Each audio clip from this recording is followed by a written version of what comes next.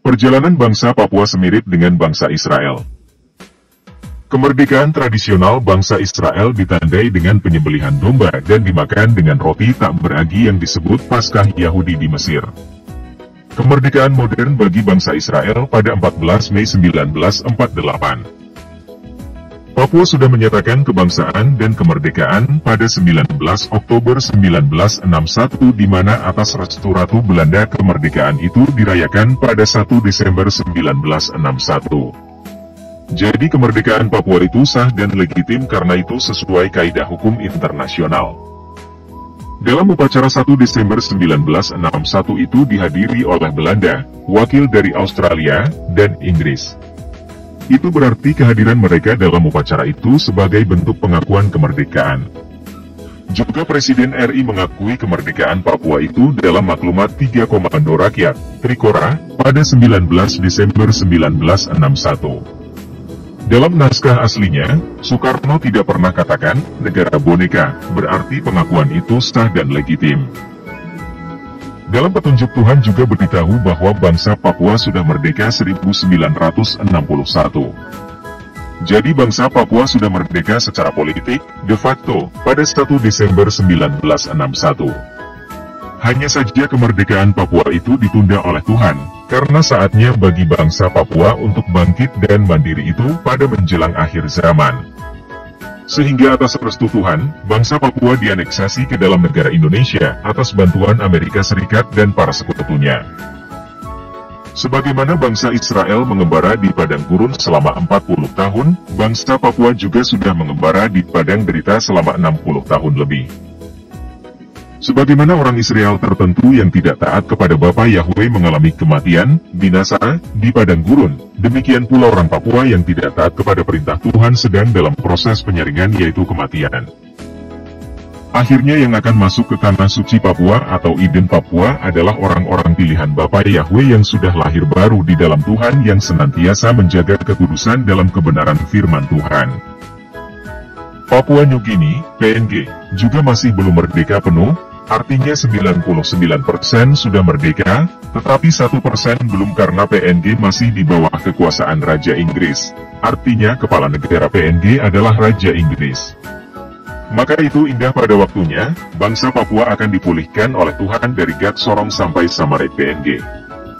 Artinya kemerdekaan politik, jasmani, dan kemerdekaan rohani, holistik, yaitu kemerdekaan lahir batin. Bangsa Papua pada menjelang akhir zaman akan dipakai Tuhan sedikit waktu untuk menjadi saksi bagi bangsa-bangsa dalam kerangka mempersiapkan jalan bagi Tuhan, yang akan bergandeng bersama bangsa Israel. Bangsa Israel dicerai-beraikan dan menjadi bangsa pengembara di mancanegara selama beribu-ribu tahun sejak tahun 70 sesudah Masehi, karena bangsa Israel tidak taat kepada perintah Allah, terutama menyembah berhala. Bangsa Papua mengembara di padang derita selama 60 tahun lebih untuk mematangkan iman, harapan dan kasih setia kepada Tuhan, serta mengantar bangsa Papua untuk memahami maksud Tuhan atas masa depan Papua dan dunia. Bangsa Papua harus memahami rencana Tuhan tentang masa depan Papua dan harus melaksanakan kehendak Tuhan, agar pada saatnya bangsa Papua dipulihkan oleh Tuhan. Tentang masa depan bangsa Papua, atas dasar petunjuk Tuhan, kami sudah buat buku dalam buku berjudul, Bergulat Menuju Tanah Suci Papua. Buku itu sudah diluncurkan pada 1 Desember 2020 di Jayapura bersamaan dengan Deklarasi Pemulihan Bangsa Papua Lahir Baru di dalam Tuhan, sebagai dasar hukum berdirinya, Kerajaan Transisi Papua, atas perintah dan kehendak Tuhan. Mari kita bersatu ke dalam rencana dan kehendak Tuhan, agar bangsa Papua segera dipulihkan oleh Tuhan. Selama 60 tahun lebih bangsa Papua ditimpa berbagai macam pencobaan. Iman, harapan dan kasih setia bangsa Papua dimurnikan dalam berbagai macam derita, bagaikan emas, dibakar dalam perapian yang menyala-nyala untuk mendapatkan emas yang murni. Bagi siapapun yang menang dari segala pencobaan yaitu bertobat lahir baru di dalam Tuhan, akan diizinkan Tuhan untuk memasuki tanah suci Papua, agar menikmati susu dan madu. Bagi siapapun yang kalah dari segala pencobaan, tidak bertobat, sedang dibersihkan oleh Tuhan, mati binasa, menjelang pemulihan bangsa Papua. termasuk siapapun yang menjadi mata-mata Indonesia, yaitu yang menjadi UDA sedang dalam proses penyaringan, kematian.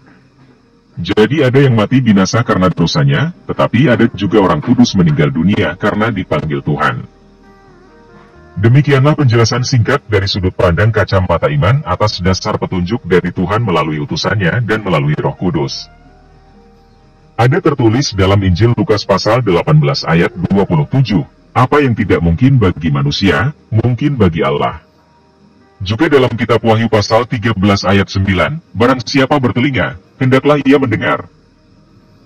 Oleh Selpius Bobi, Koordinator Jaringan Doa Rekonsiliasi untuk Pemulihan Papua JDRP 2 Jayapura, Minggu, 21 Mei 2023.